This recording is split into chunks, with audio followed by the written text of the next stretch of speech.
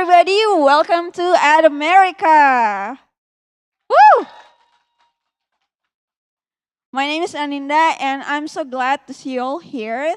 I would like to welcome our friends who are joining us on the studio and also our friends joining us online. Welcome, everyone. Ad America is the U.S. Embassy's American Center, and our mission is to provide a space for young Indonesians to learn more about the United States. On this event, we'll be having advancing inclusivity policies for working women and people living with disabilities. But before we begin, how about we break down with the icebreaker? Our question of the day would be, what does an inclusive workplace offer?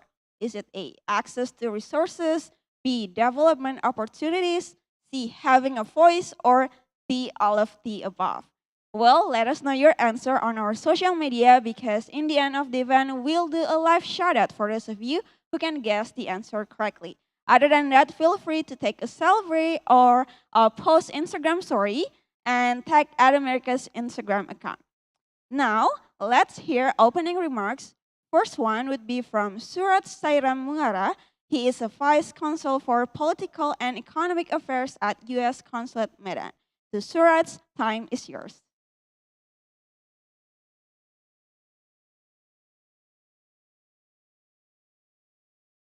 Hello. On behalf of U.S. Consulate in Medan, as well as the U.S. Embassy in Jakarta, I would like to thank all of you for coming to this wonderful event on inclusivity, on working women, as well as engaging people with disabilities in the workplace.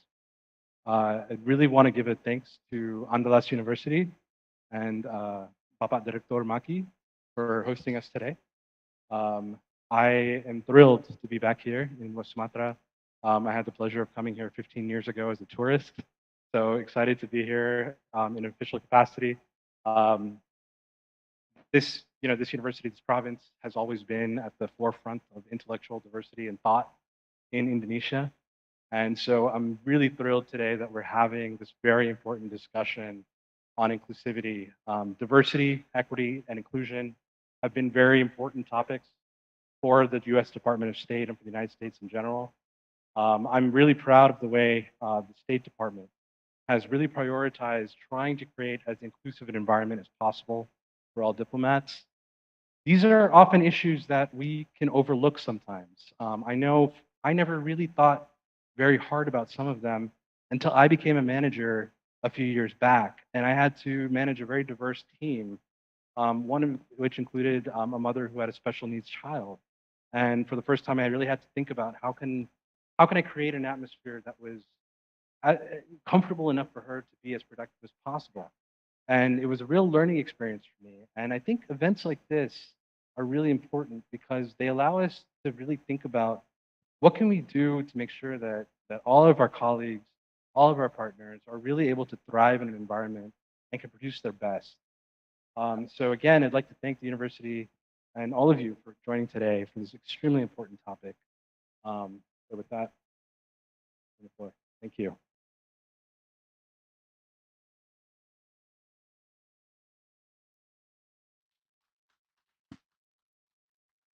Thank you so much, Mr. Surats, for the warm remarks. Next, let's hear from Dr. Muhammad Maki, STP MSE.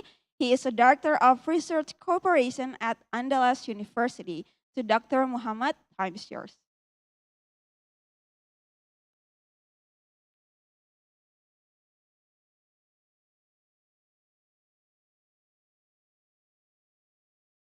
Yes.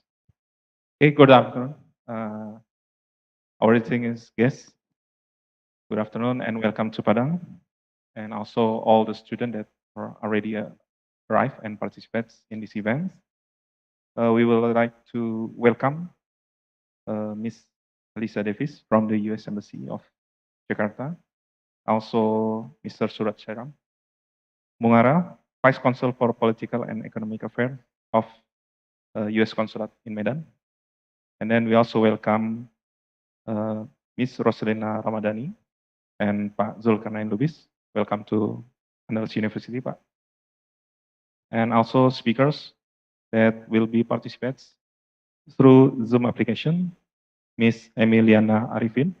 Welcome, Ibu. And also Pak Abi Marutama.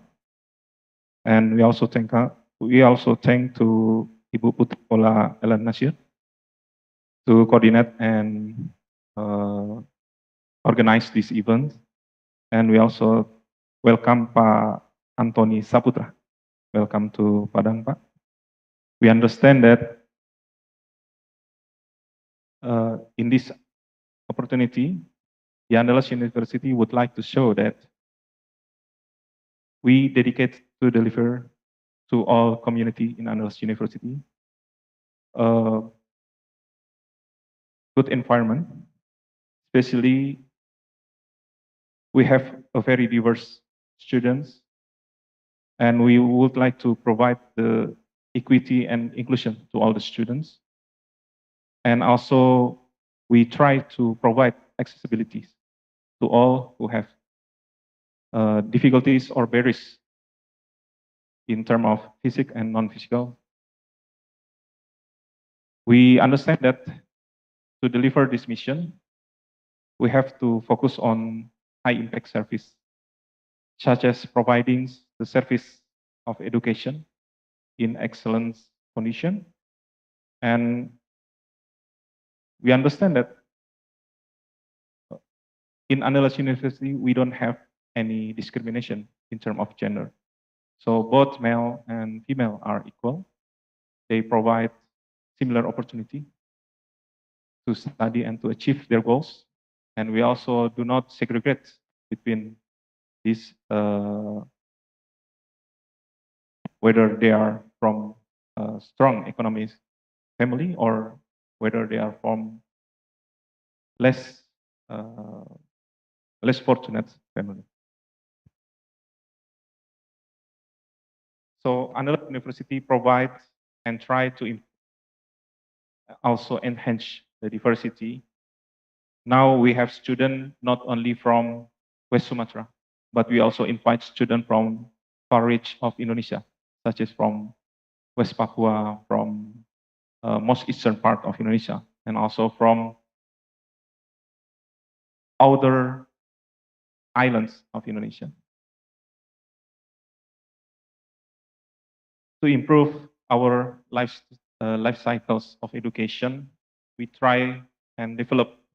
Also, we implement and enhance different kind of policies, such as how the intake of the student uh, can be designed, and they can choose whether they will able to compete based on their academic achievement or based on their non-academic achievement, such as their merits in or scholarship in sports, or their ability to have good memorize of the Holy Quran.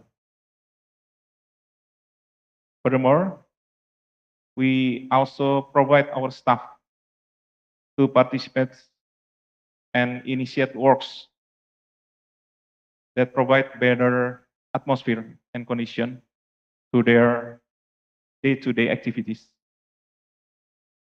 We do not segregate the rooms for achieving top position in Andalas University. So whether they are male or female, they can both, they all can apply and compete with the similar test arrangement. And also we provide no gender bias for evaluation of their proposals. Lastly, Andalas University understand that to achieve this goal, we have to consistently apply inclusiveness, non-gender bias, as well as making our workplace more equitable, more respectful, more welcoming, and of course, more inclusive. I think that's our agenda in Universitas Andalas. Thank you very much and welcome.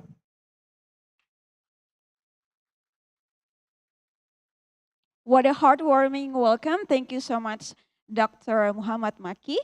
Now, I know everyone can't wait to proceed to the discussion. Let me introduce you to our moderator today. He is a news anchor at Kompas TV. Please welcome Irianda Mardanus.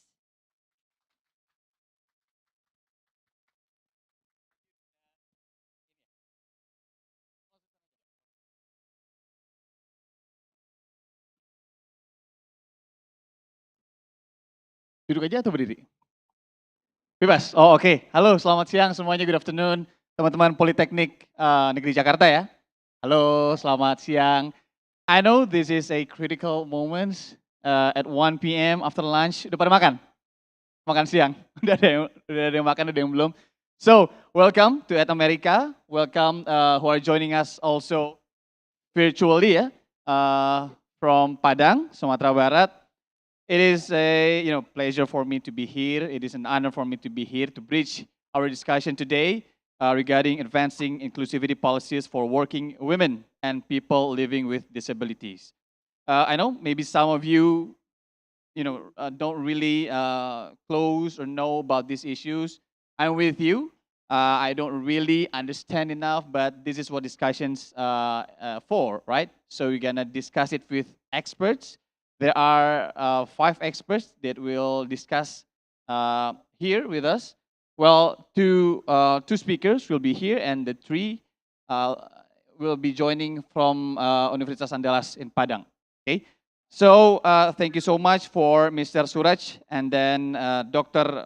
Maki for the heartwarming opening remarks. Very good opening remarks. And also, I would like to thank for AMCOR UMM, AMCOR UMY, AMCOR UIN Wali Songo, American Corner, Himpunan Wanita Disabilitas Indonesia Padang dan juga Sumatera Barat, kemudian Perkumpulan Penyandang Disabilitas Indonesia Padang dan Sumatera Barat, serta Politeknik Negeri Jakarta yang ada di studio At America saat ini.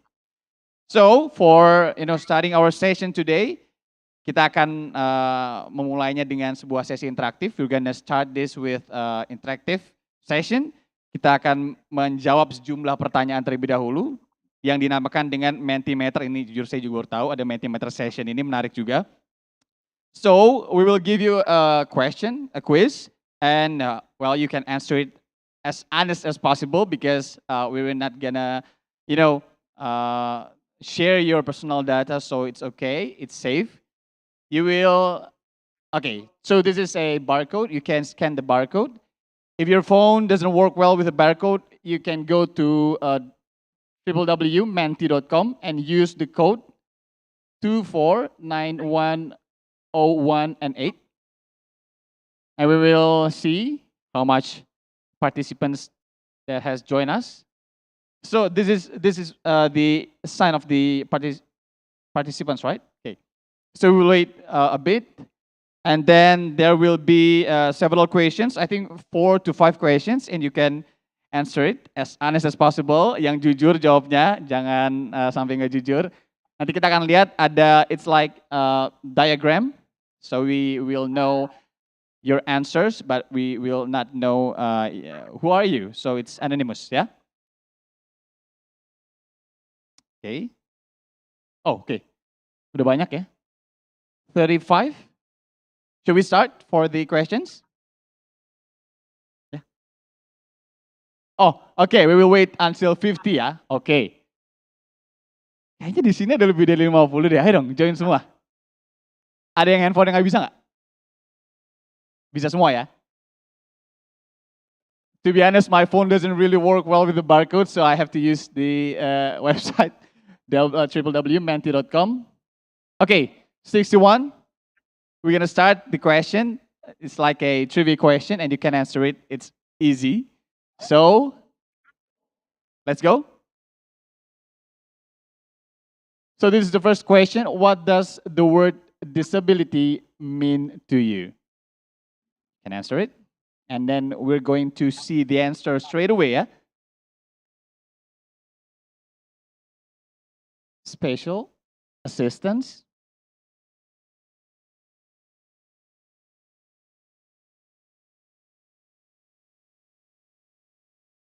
Unique. Magician, okay. Hebat. Special need. Special condition, okay. Kelebihan, hebat. Strong, different. Inteligente, oh. Someone speaks Spanish here, I think, yeah? Inteligente. Someone special, strong, okay, there are a lot of questions, answer here. Inspirational, beautiful. Precious.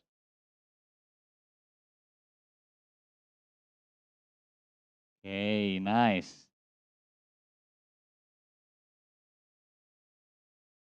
Okay, it's still going on.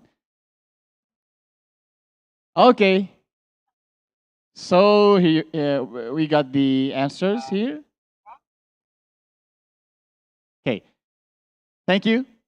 We're going to have the second question, yeah?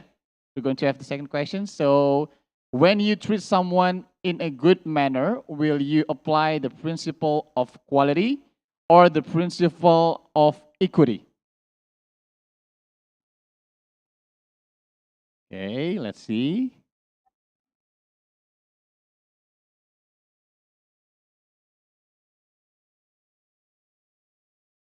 Principle of quality, right?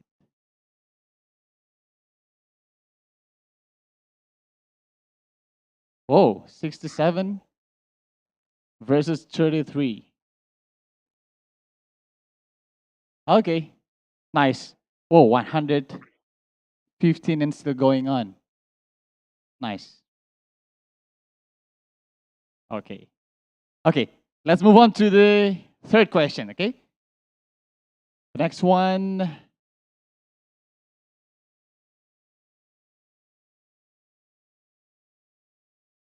Oh, cute. So the third and fourth questions is like pilihan ganda. You will choose A to D, right? So we're going to have the third question. What was the main impact of COVID-19 towards women? Can choose education, business, socioeconomy, and politics. Let's see. Santai, nggak usah buru-buru. Masih ada beberapa belas detik.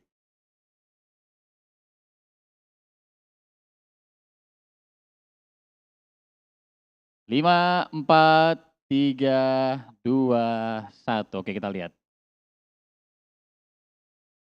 Socioeconomy. Oke. 82 orang milih socioeconomy. Oke. Oke, kita lanjut ya. We move on to the next question. The fourth question. Is it the final question? Oh, all right. Fourth question. Well, 2 of 2. Answer fast. Is sex and gender the same? Yes.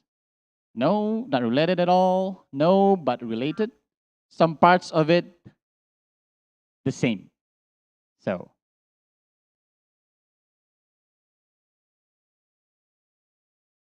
15 seconds.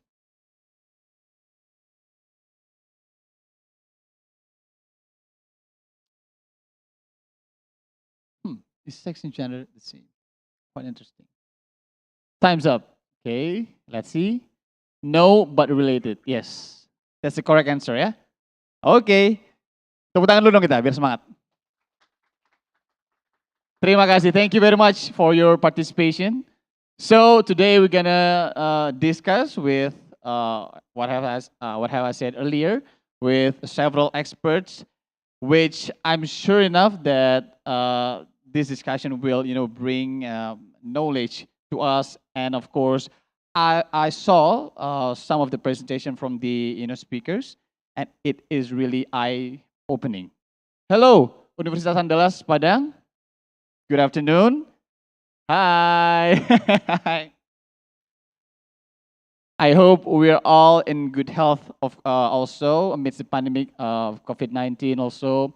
So I want to, without further ado, I would like to call the 5 speakers that will talk about our topics today, about advancing policies regarding advancing inclusivity policies towards working women and people living with disabilities. I think I will call first two speakers that is already joining us here in the studio at America. First of all, we have Mr. Abi Marutama. He is a human rights protection analyst at the Ministry of Law and Human Rights, Kemenkumham, and 2017 YCLD Professional Fellow, also a disability advocate, writer, and legal scholar. For Mr. Abi, you can come on stage.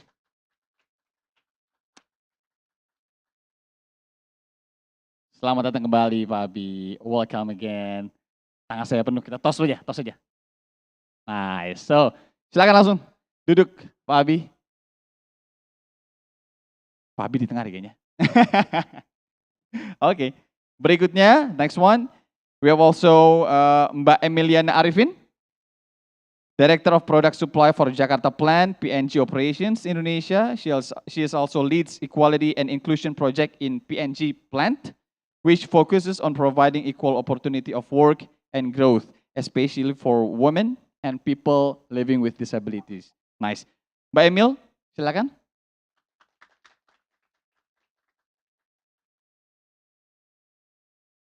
Apa kabar? Sehat ya? Udah makan ya Mbak ya? Critical time, ya. Sleepy time, I know. And the other three, tiga lagi sudah ada di Universitas Andala, sudah di layar di depan kita semua. I would like to say hello to Mr. Antoni Saputra, PhD. He's a lecturer at School of Education of Padang State University. Pak Antoni, selamat siang. Good afternoon. Good afternoon, Mas Rianda. How are you? How are you, Mr. Tony? I'm good. Pak Tony aja lah ya. Semoga sehat-sehat ya Pak Tony ya. Pak Tony is also Indonesian Chair of Australia-Indonesia Disability Research and Advocacy Network, or ADRAN, and also board members of Indonesian Association of People with Disabilities, or PPDI. Nice. Welcome, Pak Tony. Next one, we have Ibu Alisa Davis, a diplomat in the US Embassy in Jakarta, but now in Medan. Bu Alisa, how are you? I'm good. How are you? I'm good. Selamat siang. Sudah makan siang? I think it's better that way. Eh? So, here in Indonesia, we like to say after lunch, and if you eat rice, you will be sleepy. But I hope today, this afternoon, we're not gonna, be sleepy because we have a great discussion in a few minutes. And then di sebelahnya ada Mbak Ola Putih Viola Elian Nasir. Selamat siang, good afternoon Mbak Ola. Selamat siang Mas dan teman-teman di Amerika. Selamat siang. Saya mau cross check dulu. Saya terdengar oke di sana ya? Suaranya ya? Yes. Oke. Mbak Ola ini, Mbak Putih Viola Elian Nasir, she is a YCLE Professional Fellow, founder of Langkah Kami Kita, a community organization promoting women and children's empowerment, gender equality, and education. And as you all know, she is also a lecturer in International Relations Department of Andalas University, Padang. Nah, Ibu Alisa yang sebelumnya, she is a diplomat in the US Embassy in Jakarta. She joined US Foreign Service in 2021 ya. Oh, tahun lalu ya. As an office management specialist. Before joining the Foreign Service, Ibu Alisa worked as a program assistant for the DC-based nonprofit Philanthropy Roundtable and on Capitol Hill as a legislative assistant covering healthcare and education policy. I hope I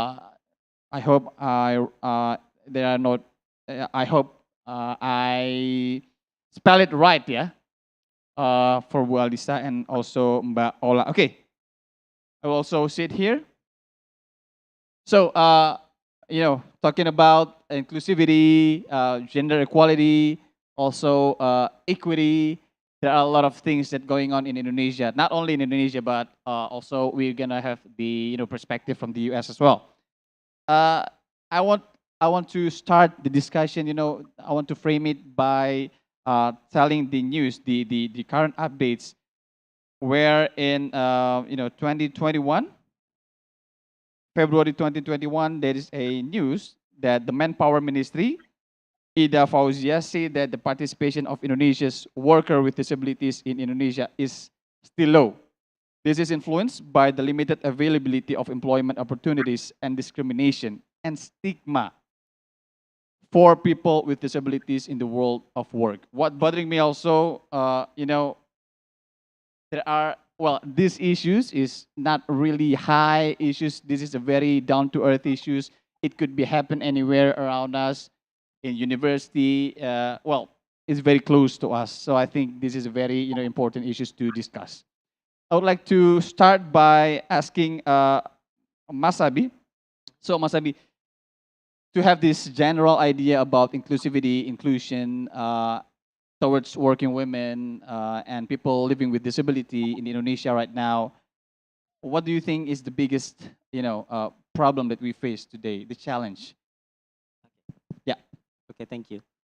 So before I answer your question, I just would like to make some correction regarding the previous Mentimeter question. So it was supposed to be the principle of equality, not quality.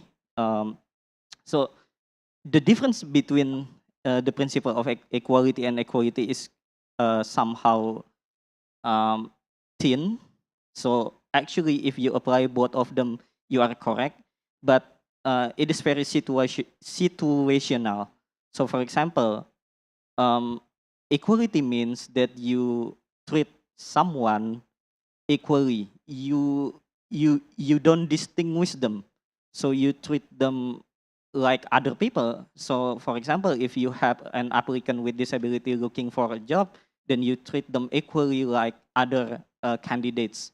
But in terms of equity, it means that you make some adjustments so that they can have the same opportunities just like other candidates. And yeah, and then speaking of what has been happening in Indonesia is I think in terms of the employment sector. So for the past 4 years, the government of Indonesia has been trying to hire more people with disabilities. This is quite similar um, during the Obama administration.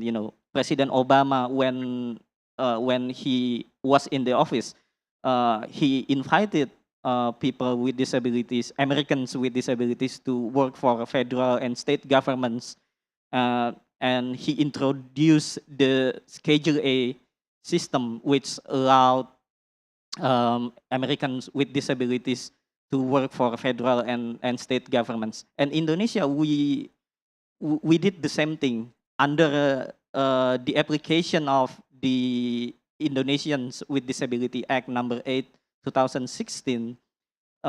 The act requires the government to employ at least 2% of the total employees.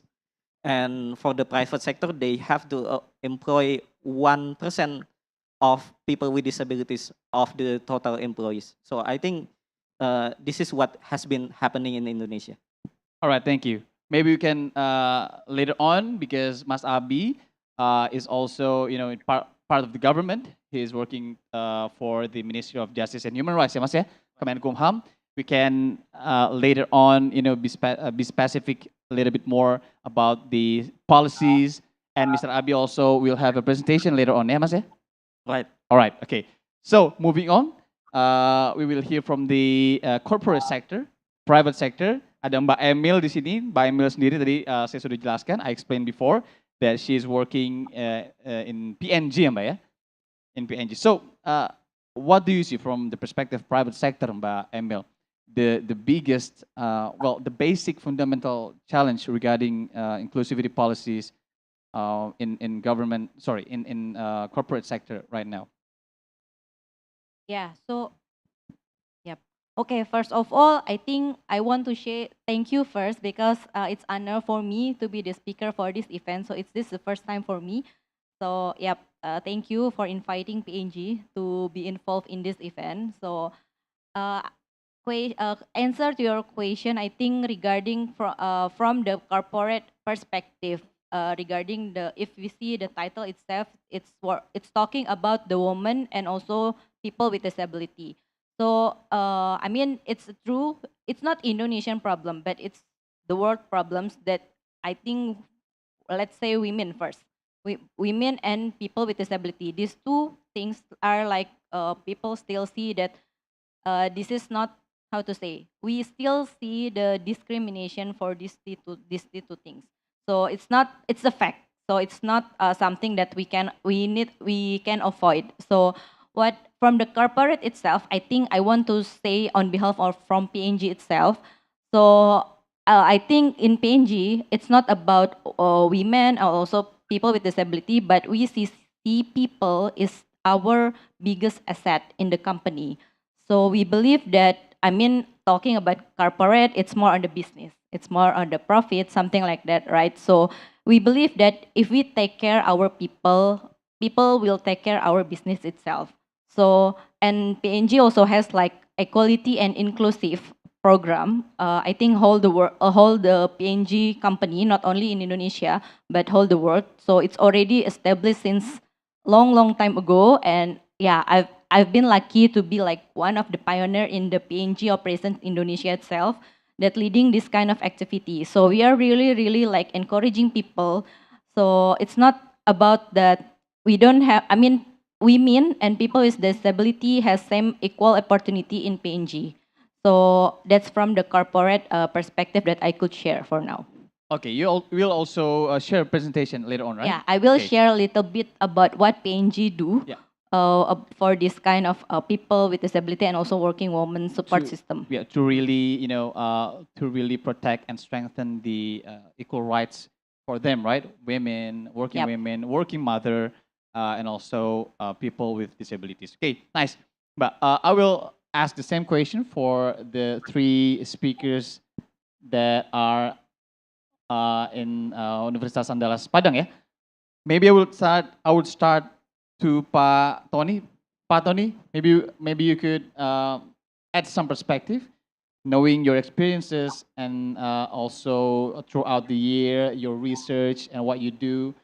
Maybe you can add something that will, spark our general ideas about the basic fundamental challenge that we face right now in Indonesia regarding the inclusivity policies right now. Yeah. Thank you very much, Mas Rianda. I do hope that my voice is quite loud and clear for everyone. Yeah. First, I would like to say thank you very much to Ad America for inviting me again here as one of the great speakers. Actually, I and Mas Abi have been invited for a couple of times, for the Inclusion 101. I believe that you must be quite familiar with that show. Yeah. And for your information, actually, I completed my bachelor degree here at this very university 22 years ago. It's like 2 decades ago. It was 22 years ago, wow. and I was the only student with disability back then. You can imagine, the Yeah. challenges that I faced back then with no legal framework available for the protection of the rights of students with disabilities. When we talk about disability inclusion, and I think Mas Abi also has mentioned that in terms of disability legal framework, we have been progressing quite a lot. Yeah, we do have ratified the UN Convention on the Rights of Persons with Disability in 2019, and then we have passed the first disability rights-based law in Indonesia, which is law number 8 of 2016 on persons with disability. And for the last 2 years, there have been 9 implementing regulations that will make sure this law will be implemented as intended. And specifically for the rights of persons with disability to access employment, be it in the formal employment or informal sector, we have government regulation number 60 of 2020, on reasonable accommodation for workers with disability. And this law requires that all provinces, all municipalities to establish a disability unit service under the Department of Manpower, yeah, in all provinces and in all municipalities. So the very purpose of this disability service unit is to bridge um, the job seekers with disability and the employee, right? But only very a handful of provinces, yeah, for the last 2 years that have established this ULD or disability service unit. Yeah, actually, we have a lot of best practices, yeah, that have already been demonstrated by the private sector, like PNG, for example. But when it comes to the real things on the ground, people with disabilities are still facing a lot of challenges, yeah, in accessing decent work or in accessing the labor market, and a lot of multiple challenges actually. It is so related to their low level of education, the lack of disability friendly built environment, and also stigma is still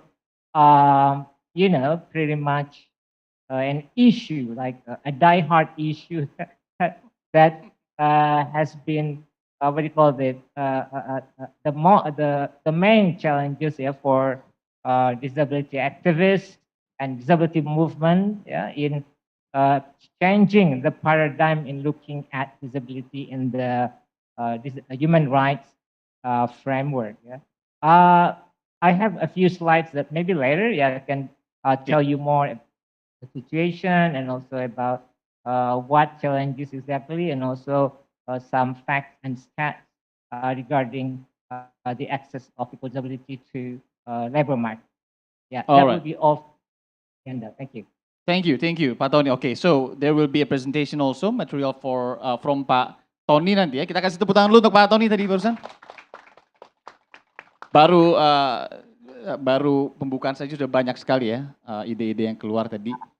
Of course, we're gonna see the presentation afterwards after we answer this general question. So next one, I would like to go to Mbak Ola. Mbak Ola also lecturer in Universitas Andalas Padang ya.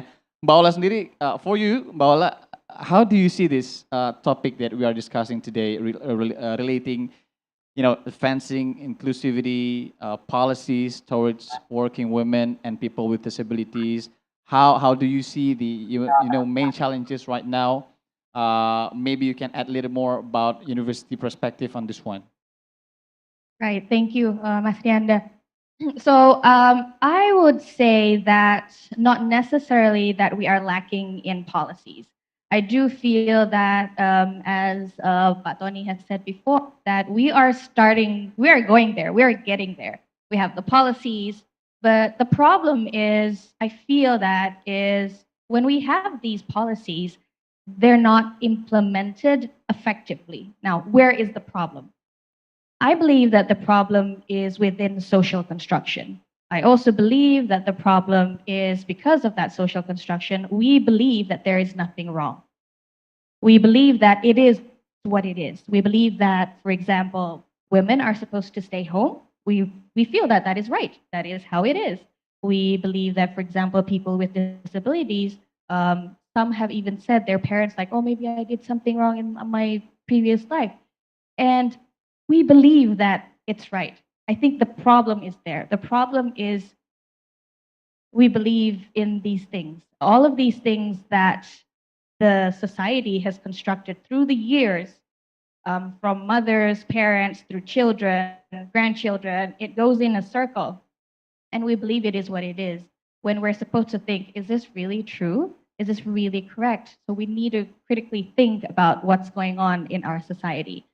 If we're able to think about that, then I do believe with all of these policies that are there, then we might be able to effectively implement them. How can we implement these policies when we don't believe that it is wrong, or these policies are, oh, it's a great way to change whatever is going on right now. So I think from my perspective, through research, I do feel that one of the biggest challenges is social construction, and that we believe that there is no problem at all with our world today.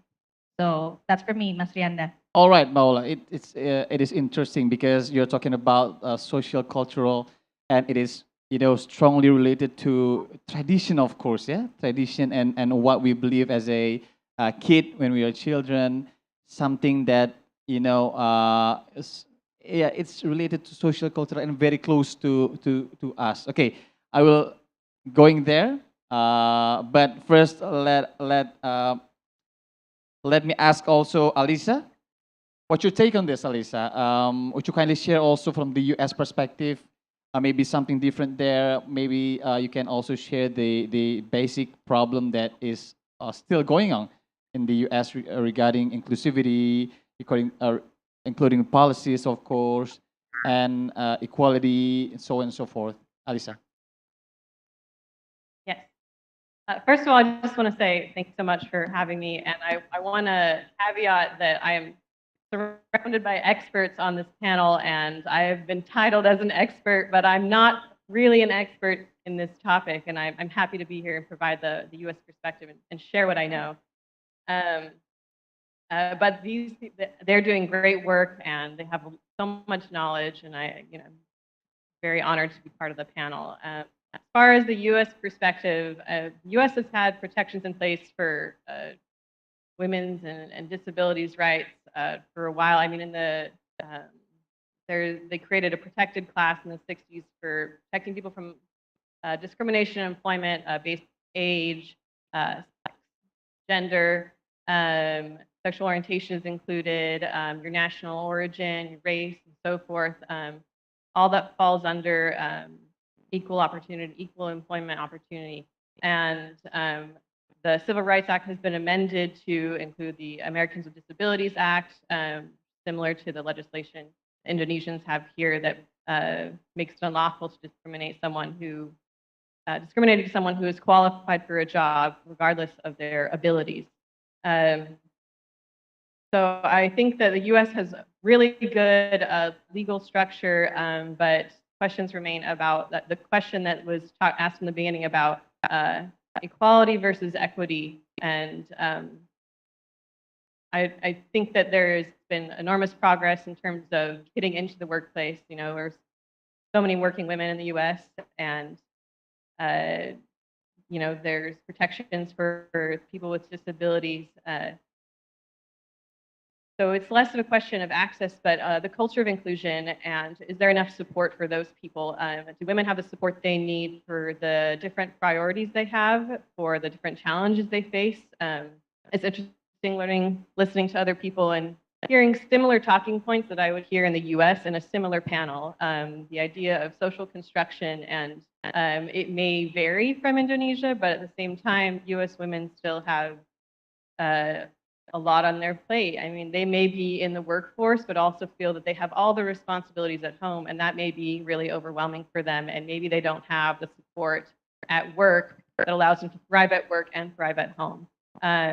And so there's kind of the enduring question of how do we support women, and how do we also create a culture of inclusion and equity for people with disabilities? Because while they may be not discriminated against in terms of are they qualified to work and to have a job, but do they have the support to overcome, or do they have the support to find a job? I mean, the reasonable accommodation can be provided to them at work, but getting into the workplace may be a challenge. And so there remains work to be done in the US. All right. Thank you so much, Alisa, for sharing your perspective, from the US perspective. At least I know that you are the expert in sharing the US perspective in this one. I'm sorry. Thank you, Alisa. So I would like to go to Mr. Masabi lagi. To Masabi. So Masabi, we know that on 2019, the president is re-elected, and he chose one of his special staff from people with disabilities, Mbak Angki Yudhistia. Also, in 2021, based on the data, based on the news, the government has also contributed to making the National Commission for Disability, Komisi Nasional Disabilitas. So, but 2021, come on. Do you see it is very late for us to supporting inclusivity policies for people with disabilities, or can you give us perspective on how are we doing right now regarding these policies, inclusivity, equality, and so on? Maybe you can add with your presentation also. Well, it's better than nothing. I mean, late is better than nothing. Better late than never. Mhm. Yeah, because disability issues in Indonesia have been outlook for quite some time during Suharto administration, and then after uh, the fall of the Suharto administration, then um, it was the down of democracy, and it was the time for people with disabilities also to voice their own voices. They joined the what do we call it, the democratic movement, when they protested against the oppression against them for quite some time, um, and then the new act came into force in 2016, which provides a more promising future for people, for Indonesians with disabilities, and I think um, yeah, compared to the United States, of course we are uh, we are lagging behind, because the United States has the Section 504 of the Rehabilitation Act since 1973, and then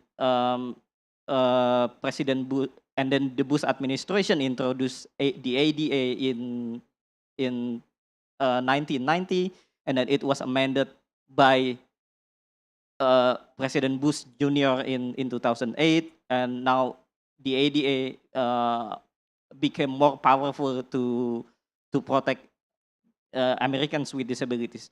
But in terms of Indonesia, because we just began our movement, our disability rights movement, of course there are still problems that have not been fully addressed yet. For example, in terms of the what the establishment of the commission on disability, it was controversial, because the placement is set to be under the Ministry of Social Affairs organizational structure, which contradicts the IDA that requires the commission to be an independent, because when the commission is not independent, how can they fully monitor and even ask the government to provide decent employment for people with disabilities, because they are not independent, at least for now. But probably in the near future, we will see that the Commission on Disability will have more power to demand the government to make sure that all disability rights, including their employment right, to be fulfilled. Mhm. Right. So you'd like to share your presentation as well? Yeah, Mr. yeah, Lim? yeah. I just I will. Okay. Okay. It's okay. I will Later on, present yeah? my presentation. Okay. Okay. This one. Right. Okay. Next. This is just okay. So okay. Next. Yeah. Next. Next. Okay. Next. Okay. So uh, what I want to tell you from this is these are the major factors that contribute to the increasing number of people with disabilities around the world. This is according to WHO. So uh, I don't want to I mean give more details about this, but what I want to say is um, disability is something part of human nature. So in some period of our life, we might experience some forms of disability. Some people were some people were born with disabilities. Some people have their own disability during their youth age. Some people have disabilities when they are getting older. So next. Yeah, this is according to WHO. The more you the older you are, the more likely you to experience disabilities due to morbidities, because probably you have some non communicable or communicable diseases. Then you will experience these disabilities um, because of the illness that you have. Okay, next.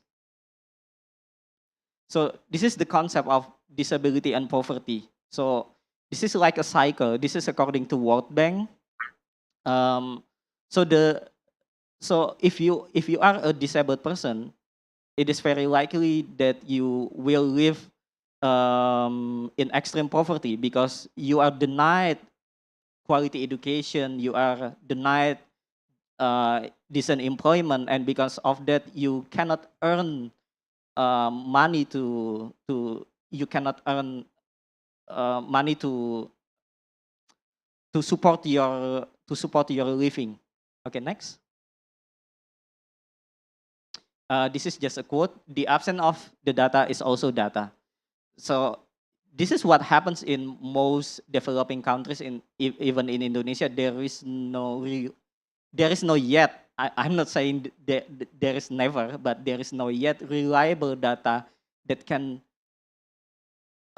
big a detailed picture of what it's like the population of Indonesians with disabilities. Next. So this is the data from research conducted by International Labour Organization in the Indonesian office, and then University of Indonesia. So if we look at these figures, we can summarize that the employment rate of people with severe disability is higher than anyone else. You can see that. And compared to their their peer with mild disabilities, so the employability of people with mild disabilities is much higher than their peers with severe disabilities. Next. So, okay.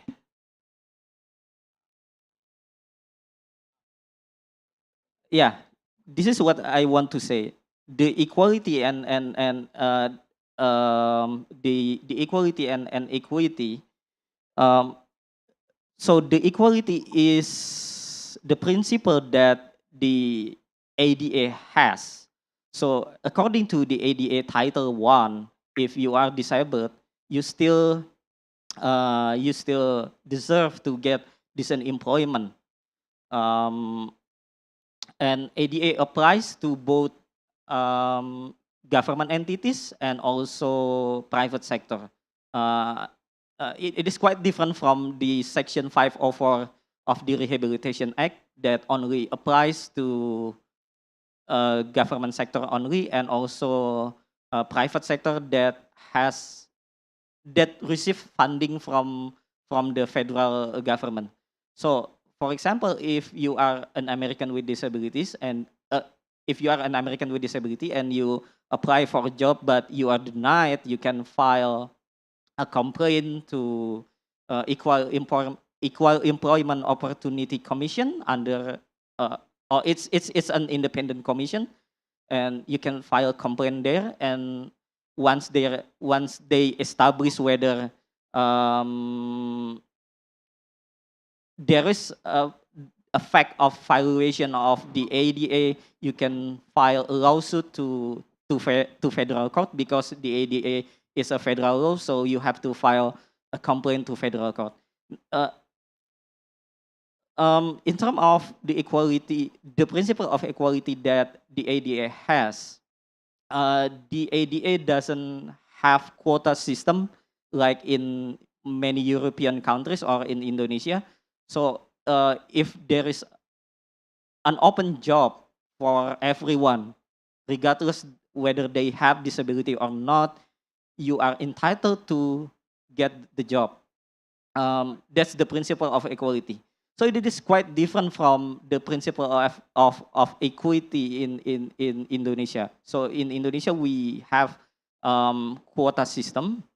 So the government provides special quota, like 2% of the total employees for the public sector and 1% for the private sector.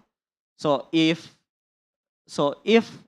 an institution doesn't provide a quota system, then you can file a lawsuit to the district court, and then it is very likely that you will win the case, because under the new Indonesians with Disability Act, everyone is entitled to get the job based on the quota system. Next. Yeah. So according to some research concerning the COVID outbreak, so people with disabilities are 3 times more likely to contract the virus, and Indonesia has not fully addressed the issue yet. So during the pandemic, there were many people living with disabilities who still needed to work from the office despite their vulnerability. So it was quite challenging, of course, for individuals with disabilities to work under some extreme situations such as the pandemic. But in the United States, the federal government imposes a flexible workplace and time for people with disabilities, although it was not really accepted by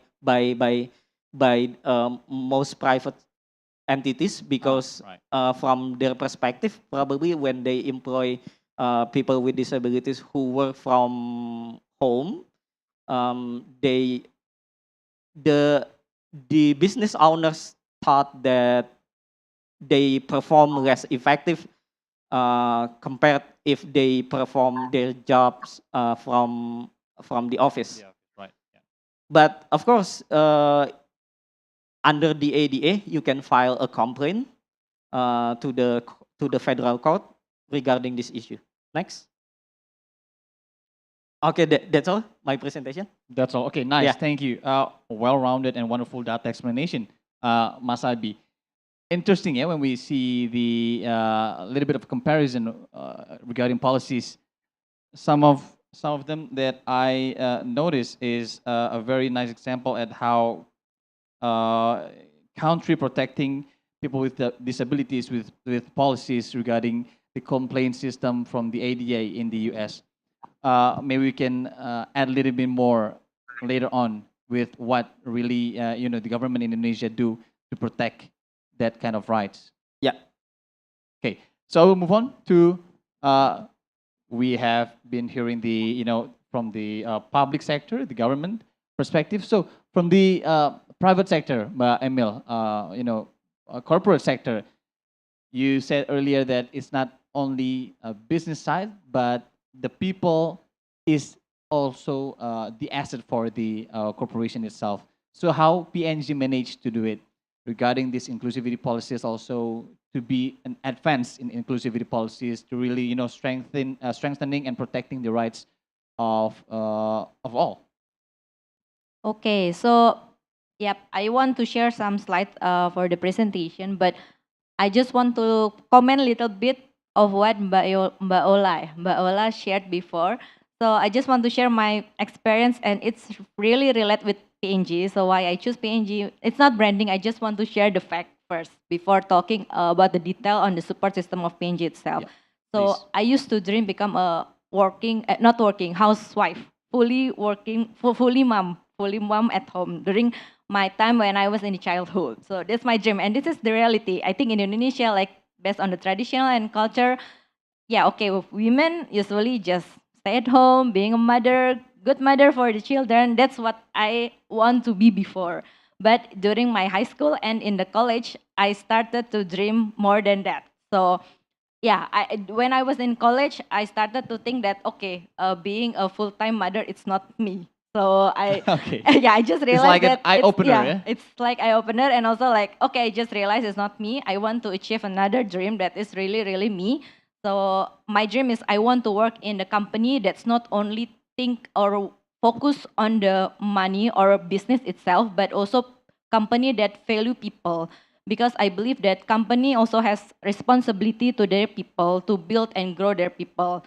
And I want to work in a company that very close with the people because I want to have like a company that also bring value to the people. And one of those is the FMCG company, fast moving consumer goods, is one of the closest company that we use it on a daily Yeah, basis. right. Yeah, you use shampoo, right? And also soap, something like that. So that's why I choose PNG. And also I heard, regarding the culture itself of the company, and I believe that the equality and inclusion is one of the strength of the company itself. So that's what I want to share a little bit opening about my company itself.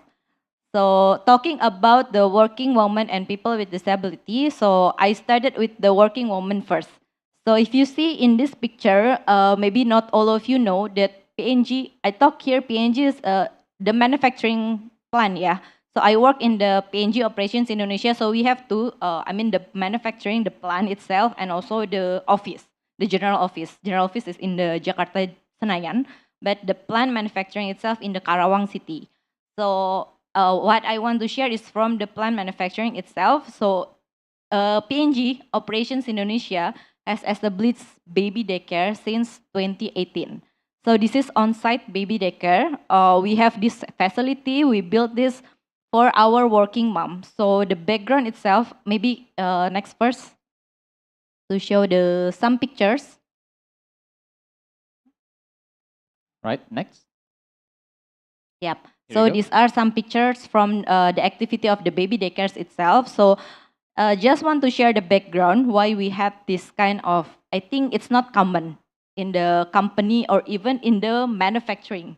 Because you know, like the safety concern and the facility itself, I think the manufacturing is not really have this kind of things. I mean, it's not normal, to be honest. I think this is one, I think the only one in Indonesia. And the background here is back to 2018, the first time when we opened this baby daycare. We had, so maybe you know that Karawang city is kind of, a little bit different with the Jakarta, because Jakarta is like the main central city, but Karawang is more on the industrial city. So we don't have the right support system to manage our children. So during that time, we had like one of our employee just returned back from the maternity leave, but the person didn't have the right support system during that time. So even the person decided to leave the company. So that's like one of the painful moment for us. So during that time, it became like one of our trigger. Okay, how or what we can do to retain you. So one of the idea is to build the on-site daycare, because we know that in Karawang especially, we don't have like a good support system such a nanny. It's very difficult to have that high quality, someone that we can trust to, to maintain and to keep our children in at home. So that's one of the difficulty that the employee feel during that time. So okay, there's idea. Okay, how if we build this baby daycare center Right. in the PNG operations Indonesia in the plan. So it's I mean it's long journey. It's not an easy things like it's not something like that. We need to build the facility. Right. We need to work The on budgeting. budget, of course, the procedure, and then how we want to build this. So, I mean, yeah, it's not an easy things. It's not an easy journey. It's not. It's required a lot of hard work during that time. So, finally, in 2018, we opened the first baby daycare on site. So these are some pictures. If you see, if we work also together with the vendor, that it is the high quality vendor. Also, if you know Bintang Waktu, you can just search in the Google that Bintang Waktu is our vendor that help as this our service provider to be the the super to support the baby daycare on site activity. So maybe next talking about COVID. So we know during COVID, every people got hurt. I mean, like not only working women, but uh, especially working women. During that time, I was pregnant also.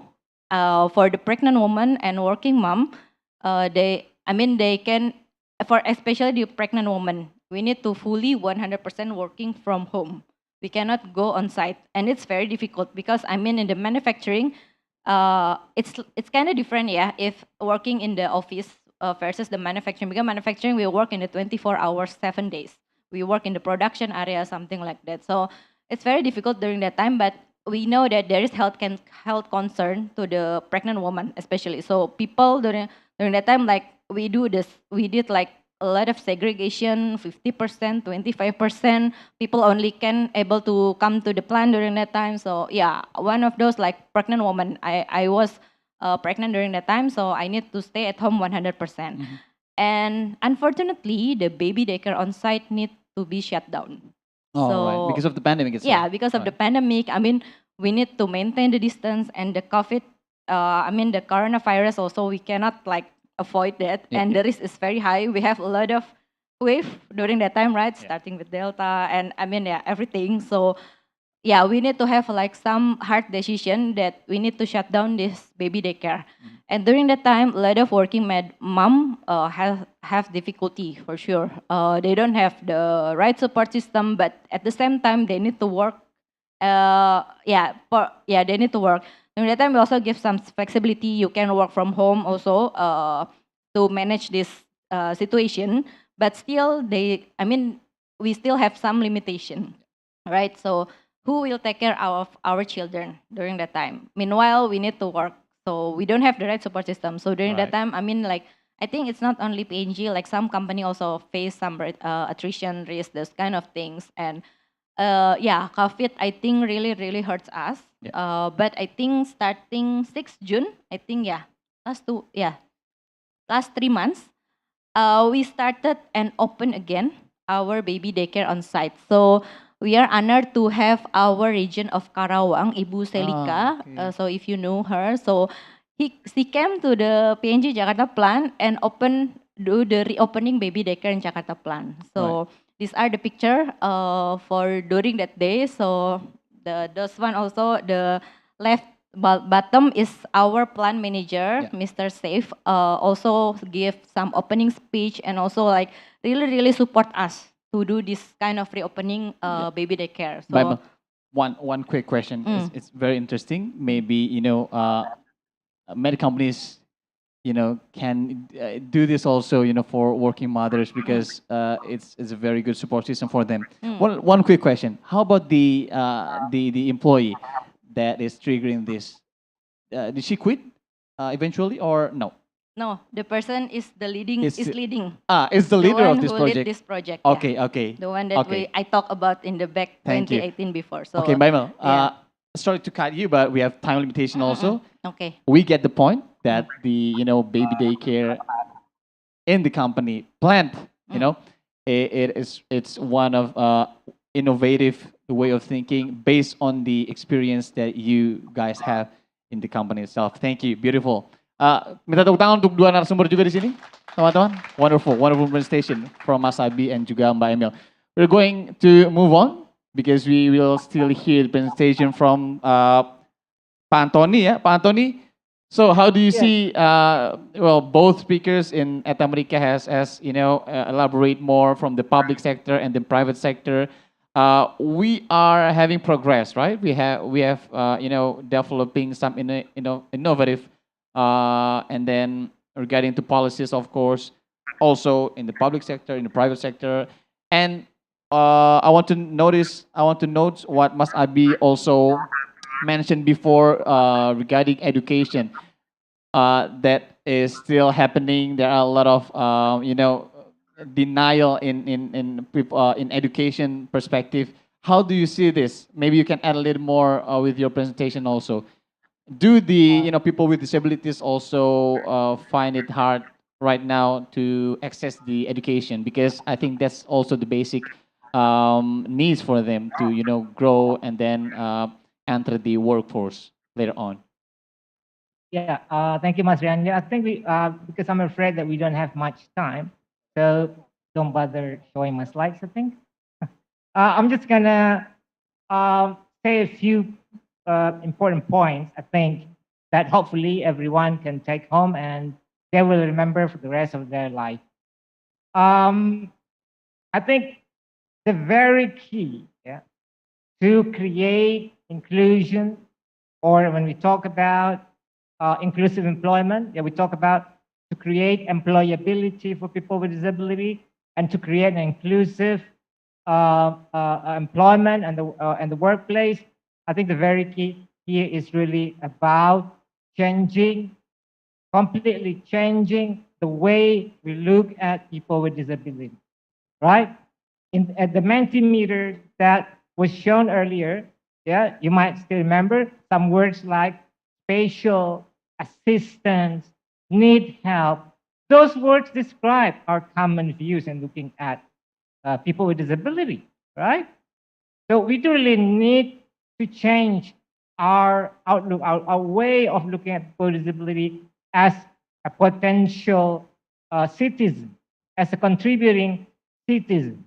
And the way to do that, we should really eradicate stigma. Believe it or not, Right. I'm still feeling a lot of stigma in my life, right? Stigma is frequently associated with a perception that looks at people with disability as,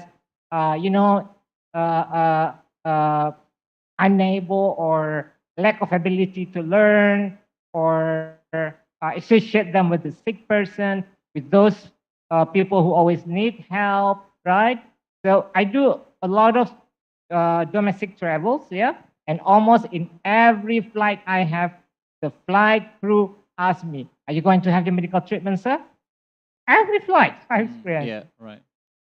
I'm not having my medical treatment, right? Also, I have a funny story to tell you.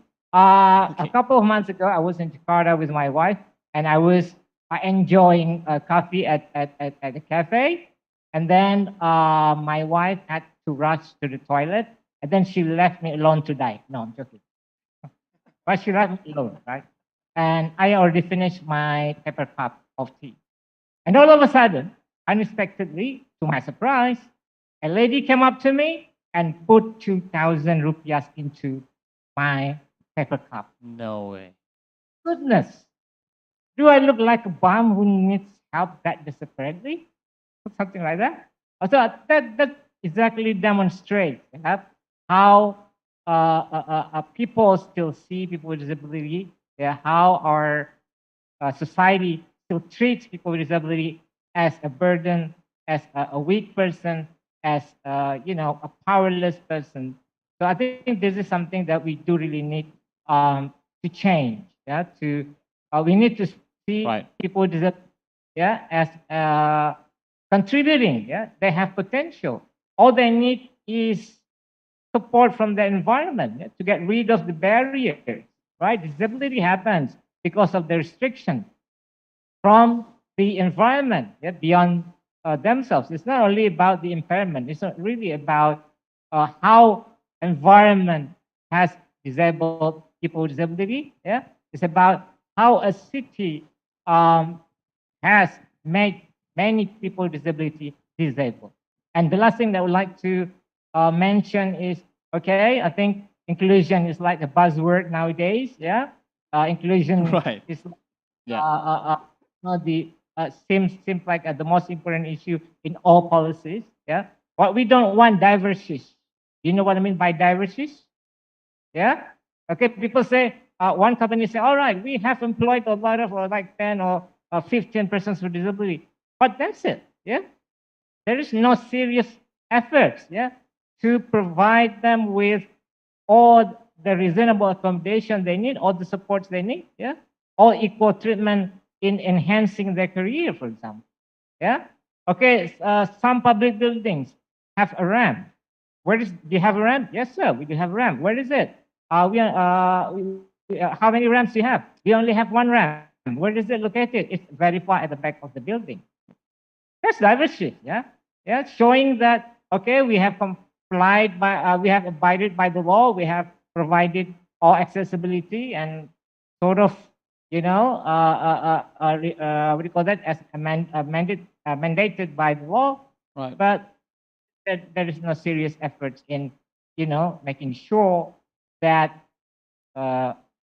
barrier-free environment Mhm. is created for people with disability, and equal opportunity Yeah. is fully created for people with disability to participate in all aspects of life, in accessing education, in accessing decent employment.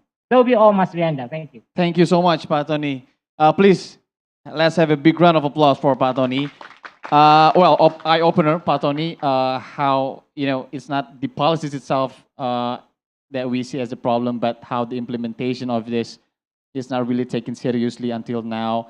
And then what I know also is the stigma is still there around us. Until 2022, today maybe, it's still here around us. I would like to go to Mbak Ola. Mbak Ola, regarding the stigma, this is also correlating to what you said earlier. When you answer what is the biggest challenge that is related to socio structure that you mentioned before, tradition, like what Mbak Emil said earlier, that she want to be a mother and then stay in the house for the rest of her life, but when she learned in the university, she has another dream to work. From the perspective of education itself, how do you see this problem? And what is your perspective? What is the best solution to, eradicate the stigma, and then we can move on to another, to level up to really advancing about policies of inclusivity in Indonesia itself.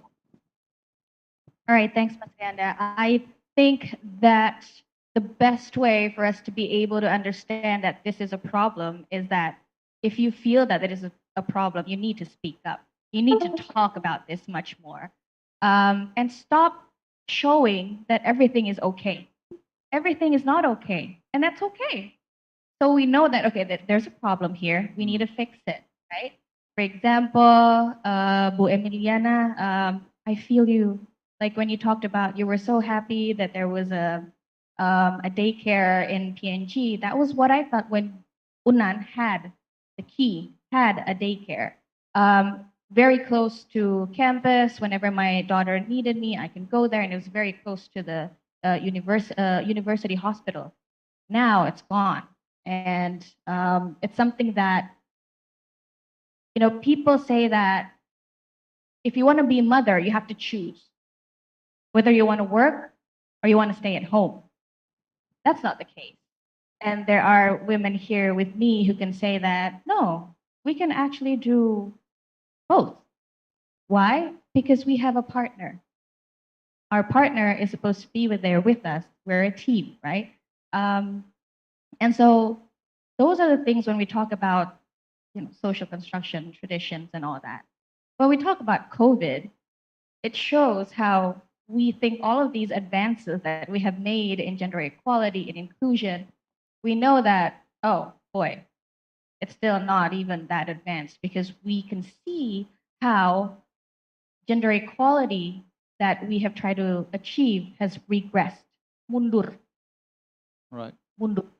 So it was a very big problem. I think that in the third year of COVID, people have been talking about negative impacts of COVID, but we don't really hear about negative impacts of COVID towards women, towards people with disabilities. Mhm. We don't hear when we see that negative impact of COVID is much, much more towards women than men.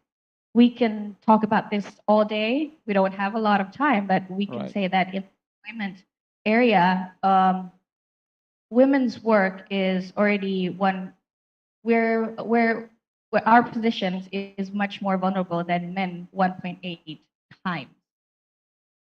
COVID comes, and can you guess who will the companies take in? Mostly the men, of course. Mhm. And specifically with women with disabilities, it will be much, much harder. For working moms, I would say moms who stay at home, they work. They work. Their bosses are little babies who needs their care 24 hours. It's much, much harder than us who work in companies in universities. They work 24 hours. Now, they have to take care of everybody. During COVID, they have to be a teacher. They have to be a house helper. They have to take care of older generations.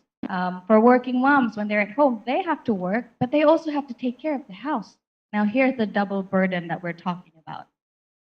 Did our government come up with, for example, specific policy measures regarding this? No, they did not. There was a social protection policy, but it did not really specifically target and understand that different people have different needs because of the impact of COVID-19. They had policy, 7 of them, but it was mostly just general policies for everybody. And it won't work. It just won't work. And so going back to understanding that there is a problem, identifying where the problem is, and then finding the right policies, I think that's the way to work rather than just making all sorts of policies. And education plays a very, very big role. Education, I'm not talking about, for example, going into classes and saying, Right. oh, here's D. No, having talks like this, making our students go into the society and really see, oh, that there's a problem. You can that understanding that, for example, for public transport in Padang, we can see that there's no access for people with disabilities. Even if there are, very difficult. Look at the side of the roads. People with disabilities, it would be very difficult for them. And so I think from the perspective of education, it's not just about theory anymore. Right. We really need to go into the society and see what's really going on. Mas Rianda. Okay, thank you very much. Thank you very much, Baola. It's quite surprising to hear that yeah, it is still happening, right? So it is still happening around us. When you mentioned also about the infrastructure, maybe in Padang relating to transportation, and one little knows that I think education is not only the formal education, but it can start from your house, the family, the parents that will raise the children from baby. You can really add information about inclusivity and equality and equity, so it could start very early. So to add a little more perspective to this, Alisa, maybe from the US perspective, the policies there, how is it going right now? What do you think still need to be improved in the US that is correlating with advancing inclusivity policies there? Is it good enough?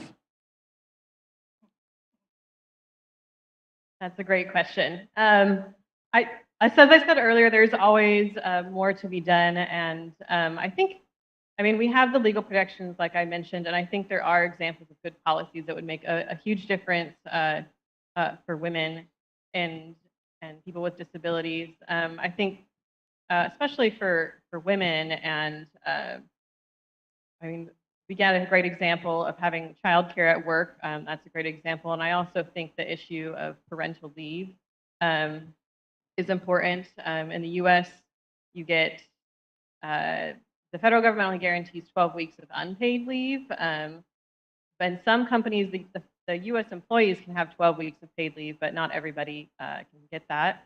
And that for men and women is progressing. It's progressed in the federal government, but it hasn't. It's across the country. It's not equivalent. It's kind of based on who your employer is and how, like, what your employer's ability is to provide a generous policy in that. And that's kind of the case with so many U.S. things. Is that it largely depends on your state and your employer and how well off, like, the ability of your employer to provide. Yeah. And how progressive your state is on these specific things. So it's really a patch of policies. And so some people are in really good positions where they have a lot of support from their workplace, and other people don't at all. Right. On the upward trend, and there's more attention on these issues. And I think especially COVID brought attention to the fact of the need for flexibility and maybe.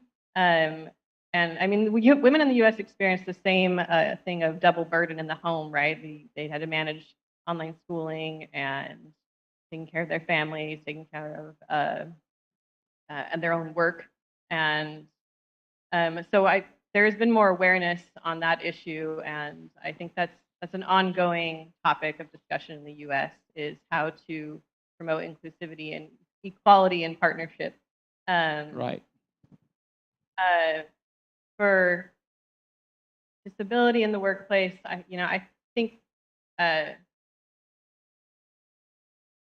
there's also the same issue of needing to create a culture of inclusion and understanding the humanity of people with disabilities. I noticed somebody wrote human on the question.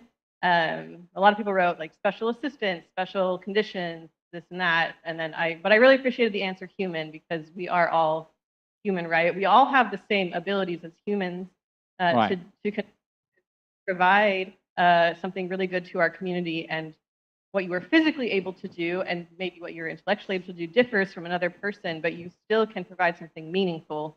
And I really appreciated the idea of it's the world that's creating disabilities, right? It's the way we create our world and our workplaces and the way we discuss things that make someone unable to participate. And I have two brothers with intellectual disabilities, and it is or will be extremely difficult for them to join the workforce, especially once you leave school. The supports in school, the know-how to navigate the labor force, how to apply for a job, and the perception on someone towards someone with autism or with intellectual disability, that's very hard to get over. And if you don't have a really, really strong support there, they're not going to succeed very well in their community. So there are policies, there are things that companies can do, and then there are other things like, I mean, in the U.S., there's definitely a focus on diversity, equity, inclusion, and accessibility, and people have diversity trainings and things, and it's all in the context of a larger desire to be inclusive of all minorities and all people. But I think ultimately, as cliche as it sounds, it does start with you advocating for yourself as women also, and then advocating for others who don't have as strong of a voice.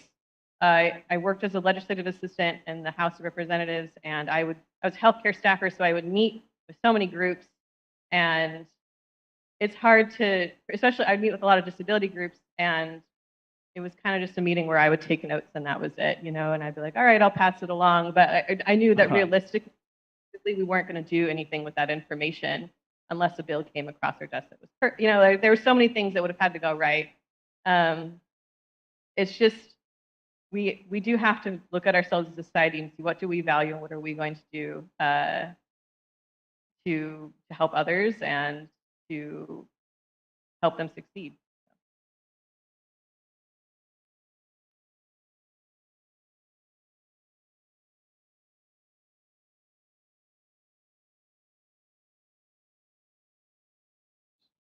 Okay, sorry. Alisa? That's wrap. That's all. That's a wrap. That's right. Okay, sorry. I thought you want to add something more. Thank you very much, Elisa. Thank you very much.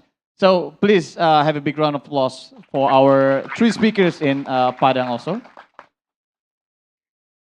Okay, so to also protect the rights of the participants here, we will have a question from the floor.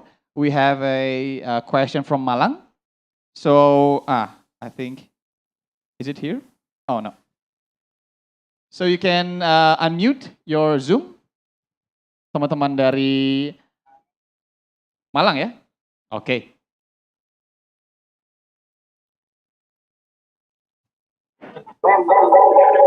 Oops, masih feedback. American Corner UMM ya, betul ya? Oke. Let me read it for you. Thank you for the question. So, first, how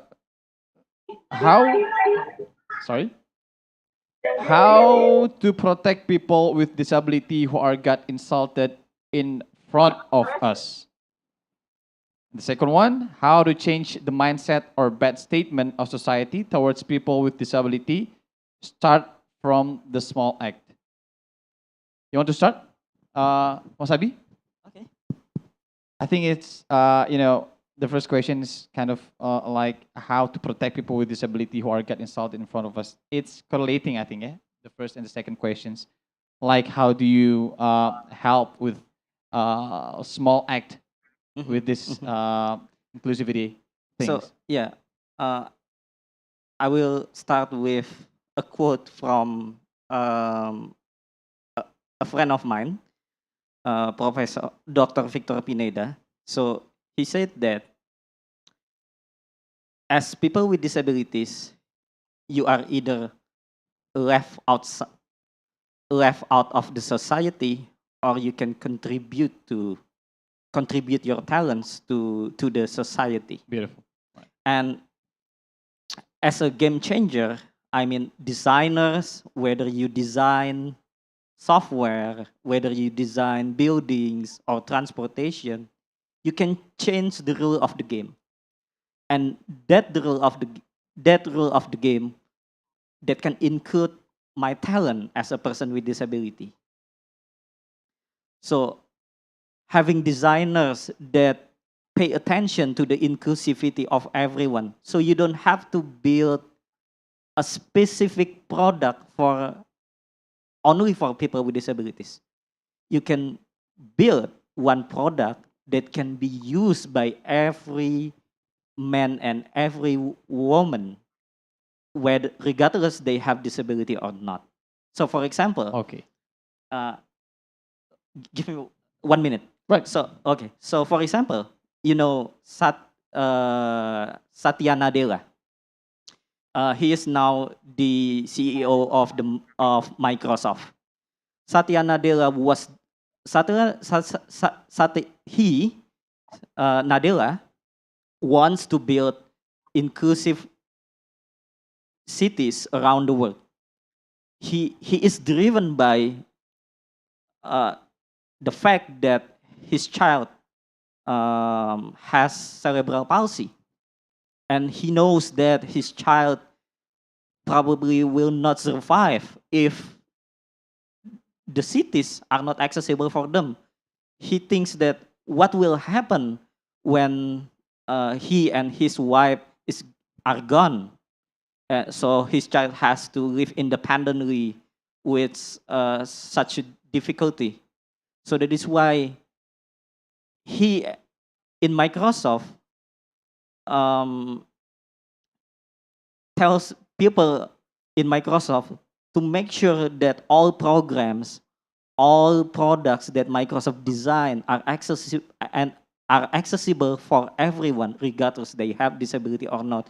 And he encourages mayors, governors around the world to make sure that their cities use technology that can be utilized by people with different needs.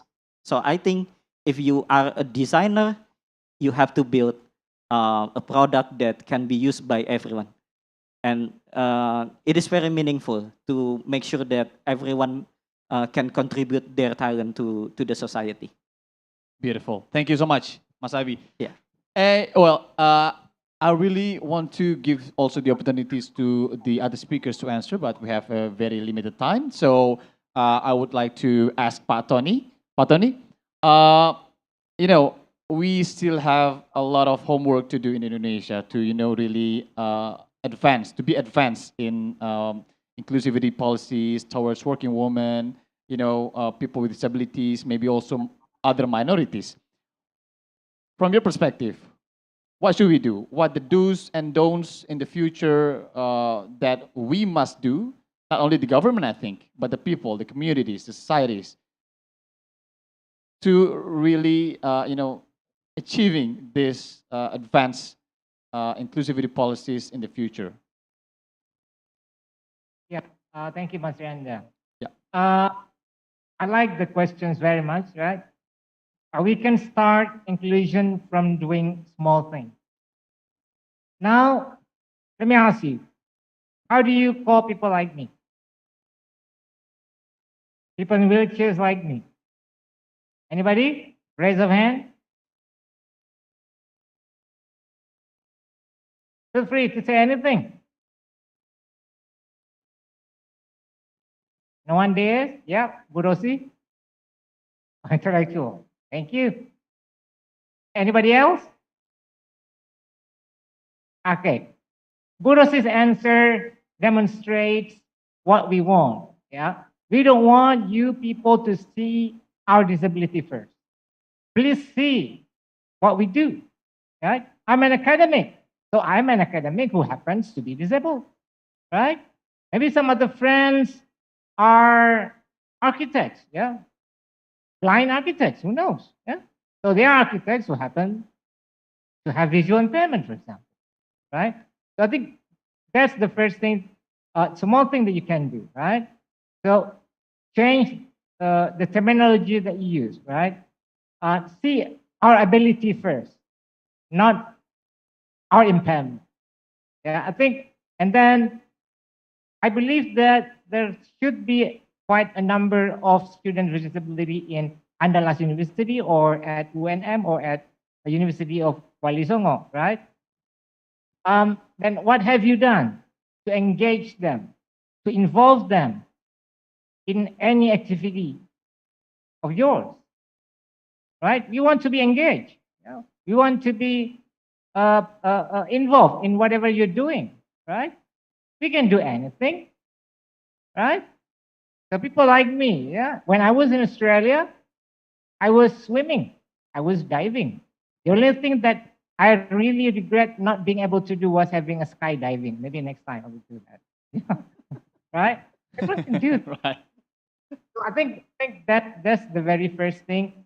So when you go back home, if you see your relatives, if you see your friends or families who still keep their children at home, you remind them that the children, that the brothers and sisters are potential people who will have good future, yeah, as long as they have full support from their family and from their surrounding people. I think that will be all, Mas Randa. Thank you. Thank you very much, Pak Tony. It's please give the applause. Jangan ragu-ragu. Ayo tepuk tangan semuanya. It's a simple act that matters, ya. Itu yang saya bisa tangkap. What I can underline from what Pak Tony said. Apparently, fortunately, we will open another question Q&A session, but just for two questions, we will open it to Andalas University students first. So, is there any questions there? Baola, please. Mas, yes, I think there is a question here. Right. Okay. You want to go first?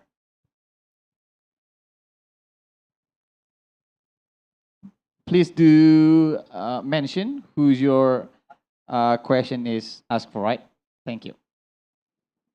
Okay, thank you for the time and thank you for the speakers. And my question is first, let me fill in the background. So, okay, as we know in presentations, there was a question regarding the main impact of the pandemic COVID-19 toward women's social economy.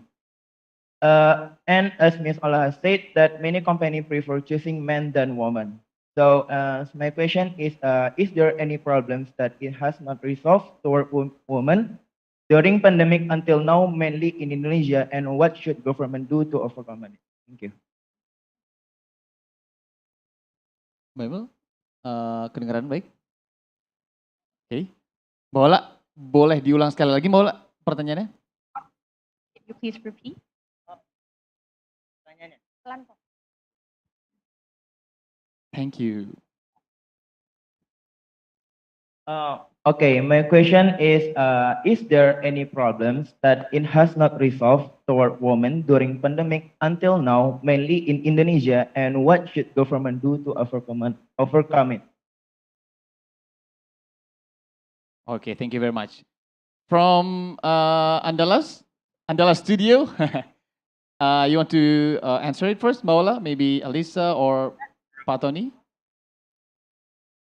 Okay, I'll leave it to you. Mbak Ola mungkin ya? All right. Okay. Right.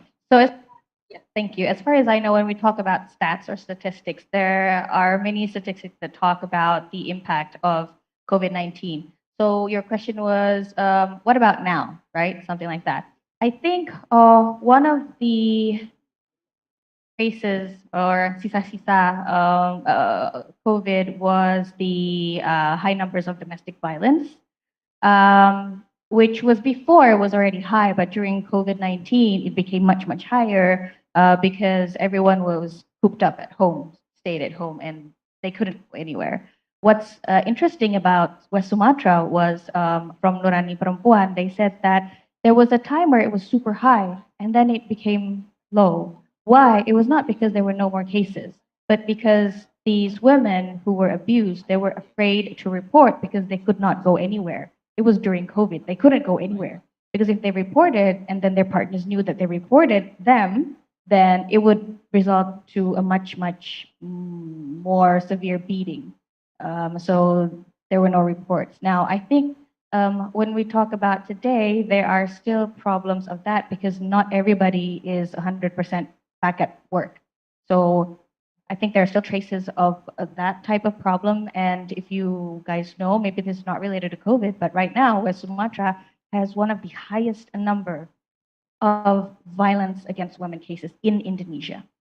One of the highest. It's funny because we are a matrilineality. So that's something to think about. Other than that, problems with work. Not many women can go back to work. I think recently, probably much more were able to work, but during the time where people were started working, like I said, mostly with the men who can go back to work. And so, again, traces of COVID there. The number of women working in the informal sector is much, much larger than men. Just in Southeast Asia, 75.2%. In Indonesia itself, 61% of informal workers are women, and they were the ones who were hit very hard by COVID-19.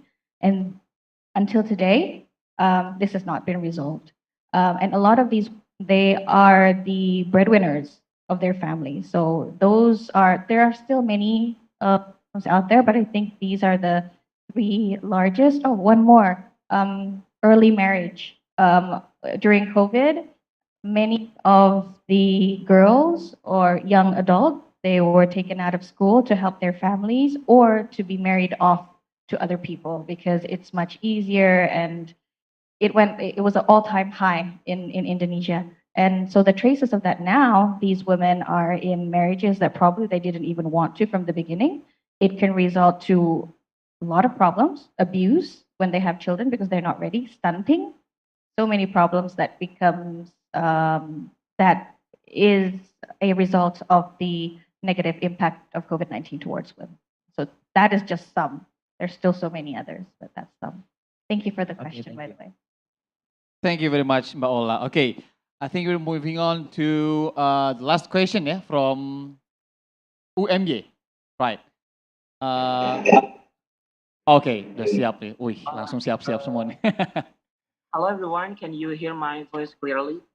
Yes, but not so clear. Can you raise up your volume? Digedein lagi aja suaranya nanti ketika nanya ya. Right. So we have one question from our participant here. Please. Previously on the slide of PPT, during the COVID-19 outbreak discussion, there is in the first point it said that disabilities people are more 3 times likely to get infected by the virus. So the question is there a ways or tips for disabilities people that can maintain their health during the COVID-19 outbreak? That's all. Thank you. Okay, I think Mas Ebi can explain a little bit. I think it's not 3 times more vulnerable to the virus, right? Right. It is to the virus. They are likely to contract the virus.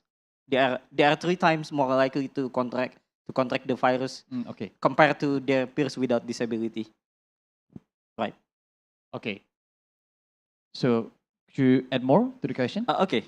So I think the solution is, according to research from the World Economic Forum, technology can unlock human potential. So it's the what do we call it? It's the jargon, you know. Jargon. It's the jargon. And what we can read, what we can summarize from that jargon is, because of the pandemic, people should work from home.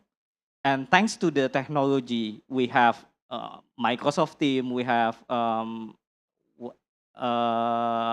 you know, you can work remotely with OneDrive, for example. You can share your document. One document can be shared with your colleagues. So it is quite convenient in the era where the cutting edge technology is developing faster even than we can imagine. So one way to make sure that people with disabilities are don't contract to the virus is give them a safe space to work, to perform